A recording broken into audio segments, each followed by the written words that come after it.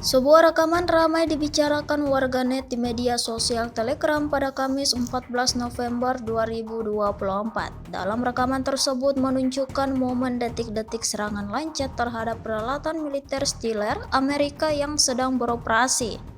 Drone FPV serat optik marinir mengejar pengangkut personel lapis baja musuh ketika Lancet menembak beberapa detik sebelum menyerang kendaraan musuh. Dapat dilihat dalam rekaman, ledakan dahsyat terjadi pada kendaraan militer kubu Kiev yang menjadi target militer Rusia. Tidak diketahui pasti ada berapa jumlah korban jiwa dalam insiden ini. Video ini viral dan menuai beragam komentar dari warganet.